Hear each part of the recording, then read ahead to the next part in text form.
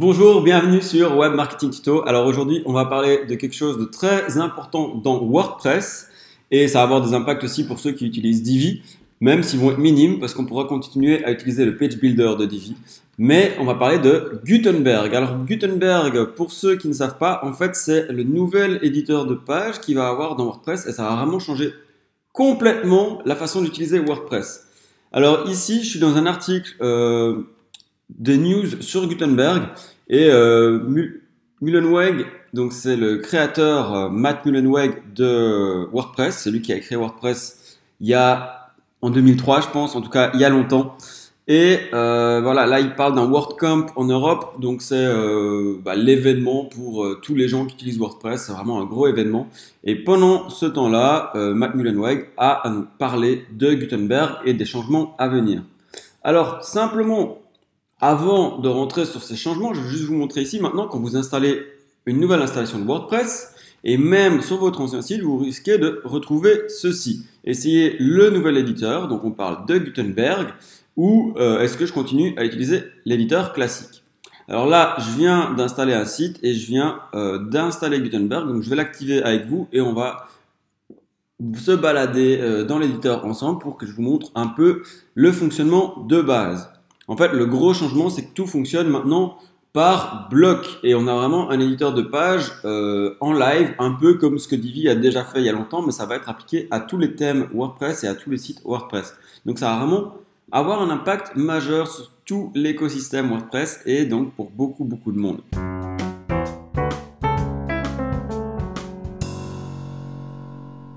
Pour le moment, on est à la bêta. Le but, c'est qu'ils sortent Gutenberg à la version 5 de WordPress qui est censée sortir probablement en 2018. Mais déjà à partir de maintenant, là ils ont sorti Gutenberg, enfin la grande bêta. Là comme ils disent, en juin 2018, ils ont arrêté les nouvelles fonctionnalités dans Gutenberg. Donc ils arrêtent de rajouter des fonctionnalités. Maintenant, ils essayent d'avoir un maximum de sites qui vont utiliser Gutenberg. Donc là, comme il dit, depuis juillet, on a une grande invitation à installer Gutenberg. Donc il parle de ceci.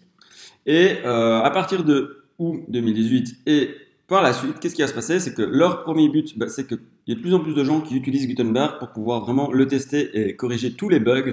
Donc leur but, c'est d'avoir au moins 100 000 sites qui utilisent Gutenberg et 250 000 articles de blog ou des posts créés avec Gutenberg. Alors là, on a une petite vidéo de Matt Mullenweg. Je vais vous mettre le lien ici de Gutenberg Times dans la description de la vidéo si vous voulez regarder en entier. Moi, je ne vais pas tout vous montrer, mais là, voilà, comment il utilise Gutenberg. J'enlève le son. Mais en gros, voilà, il montre que voilà, le design est déjà responsive à la base. Il montre comment on crée ces articles. Donc, c'est vraiment différent. Donc là, on ne pouvait pas faire ça avant, changer la taille, changer la police. C'est tout ce qu'on peut déjà faire avec Divi pour ceux qui utilisent Divi. Mais maintenant, ça va être de plus en plus classique dans WordPress, dans tous les thèmes. Alors, il y en a qui se demandent, est-ce que c'est la mort des éditeurs de thèmes? Est-ce que c'est la mort des page builders comme Elementor, Divi, et il y en a d'autres, il y a Beaver Builder et d'autres comme ça. A priori, non, et même 100% non. Quand on voit à quel point Divi est avancé avec Gutenberg, on n'ira jamais aussi loin qu'avec Divi, en tout cas pas dans la première année à venir, c'est sûr, parce que Divi est hyper avancé. Maintenant, on pourra utiliser les deux. Ce qui se passe maintenant dans Divi, c'est quand on crée un article avec Divi, il nous propose utiliser l'éditeur classique qui va être bientôt pas le classique mais Gutenberg ou utiliser le Divi Builder. Donc nous, on aura toujours l'occasion de faire Divi Builder et de faire donc des sites super avancés comme on fait avec Divi dans tous les tutos que je vous ai déjà montrés. Voilà, maintenant je ne vais pas trop rentrer dans les détails, mais voilà, il montre que voilà, ça ne fonctionne pas avec un système de blocs ici. On va regarder ça ensemble. Et voilà, les extensions, les API sont intégrées différemment. Enfin, il y a pas mal de changements. Il dit, voilà, pour le moment, il y a 14 000 sites qui utilisent de façon active Gutenberg. Donc, c'est pas énorme. Il voudrait avoir 100 000 ici dans le courant du mois d'août et amener cette nouvelle version très bientôt. Voilà, là, il parle de la roadmap. Donc, les dates, les grandes dates, etc. Bon, ça, c'est ce que je viens de vous résumer dans l'article ici. Et là, vous avez plein de détails que je vous invite à voir dans l'article ici en bas.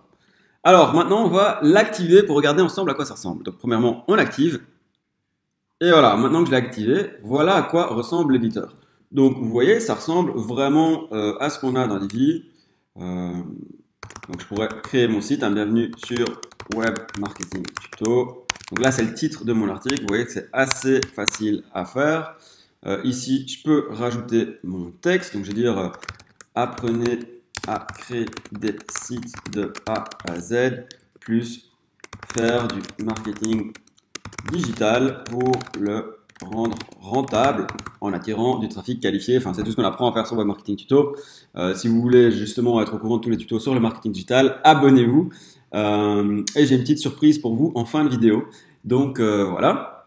Alors de nouveau, ici, ce que je vous disais, c'est qu'on peut venir changer la taille de notre texte très facilement comme ceci, ou alors simplement utiliser les petits réglages ici par défaut. On peut centrer, enfin, ça commence à ressembler vraiment à ce qu'on a dans Divi pour ceux qui connaissent. Et on a donc ce système de blocs, vous voyez, on peut les déplacer très facilement en haut, en bas. Donc là, je vais aller le remettre en haut. Là, j'ai mon image. Je peux venir modifier mon image, la transformer par exemple en titre, ce qui n'est pas très pertinent. Mais voilà, je peux faire CTRL-Z pour revenir en arrière.